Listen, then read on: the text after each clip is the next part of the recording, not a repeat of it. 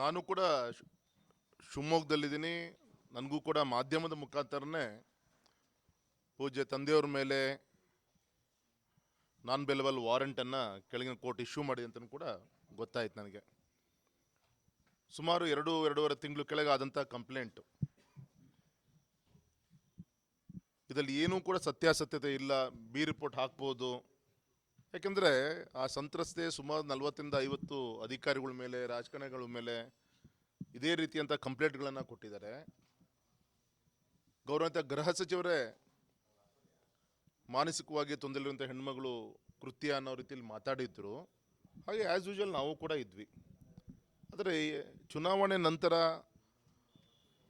ಗೌರವಾನ್ವಿತ ರಾಹುಲ್ ಗಾಂಧಿಯವರು, ಉಪಮುಖ್ಯಮಂತ್ರಿಗಳು, ಮುಖ್ಯಮಂತ್ರಿಗಳು ಮೊನ್ನೆ BJP ಸರ್ಕಾರದ ಬಗ್ಗೆ 40% ಕಮಿಷನ್ ಬಗ್ಗೆ ಬಹಿರಂಗ ಸಭೆಯಲ್ಲಿ ಮಾತಾಡಿದಂಥ ವಿಚಾರದಲ್ಲಿ ನಮ್ಮ ಕಾರ್ಯಕರ್ತ ಅವರಿಗೆ ಕೋಟಿ ತರಿಸುವಂಥ ಒಂದು ಪ್ರಯತ್ನ ಏನಾಯಿತು.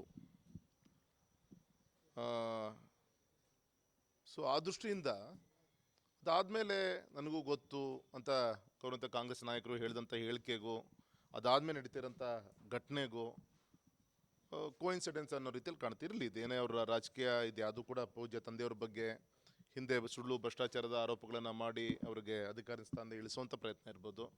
ಇವತ್ತು ಕೂಡ ಈ ರೀತಿಯಂಥ ವೈಯಕ್ತಿಕವಾದಂಥ ಒಂದು ರೀತಿಯಂಥ ಘಟನೆ ಆಗಿದೆ ಅನ್ನೋ ರೀತಿಯಲ್ಲಿ ಪ್ರತಿಬಿಂಬಿಸುವ ಮುಖಾಂತರ ಇವತ್ತು ನಮ್ಮ ಸಂಘಟನೆ ಬಗ್ಗೆ, ನಮ್ಮ ಬೆಳವಣಿಗೆಗಳ ಬಗ್ಗೆ ಏನಾದರೂ ಒಂದು ತುದಿ ಮುಡಿಸ್ಬೋದು ಅಂತ ಏನೋ ಚಿಂತನೆ ಇದರಿಂದ ಇದ್ದರೆ ನಮ್ಗೆ ವಿಶ್ವಾಸ ಇದೆ ನ್ಯಾಯಾಂಗ ಇದಕ್ಕೆಲ್ಲದೂ ಕೂಡ ನಮಗೆ ನ್ಯಾಯ ಸಿಗುತ್ತೆ ಅಂತೇಳಿ ಆ ದಿಕ್ಕಲ್ಲಿ ನಾವೆಲ್ಲ ಪ್ರಯತ್ನ ಮಾಡ್ತೀವಿ ಸರ್.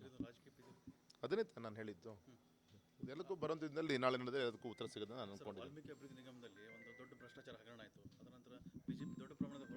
ಬೇಡ, ನಾನು ಈ ಸಂದರ್ಭದಲ್ಲಿ ನಮಗೆ ಬೆರಳು ತೋರಿಸುವಂಥ ಪ್ರಯತ್ನವನ್ನು ಮಾಡಿದಾಗ ನಾನು ಇದರಿಂದ ಯಾವ ಸಂದರ್ಭ ಉತ್ತರ ಕೊಡಬೇಕು ಎಲ್ಲದಕ್ಕೂ ಕೂಡ ಉತ್ತರವನ್ನು ಕೊಡ್ತೀನಿ ಸರ್.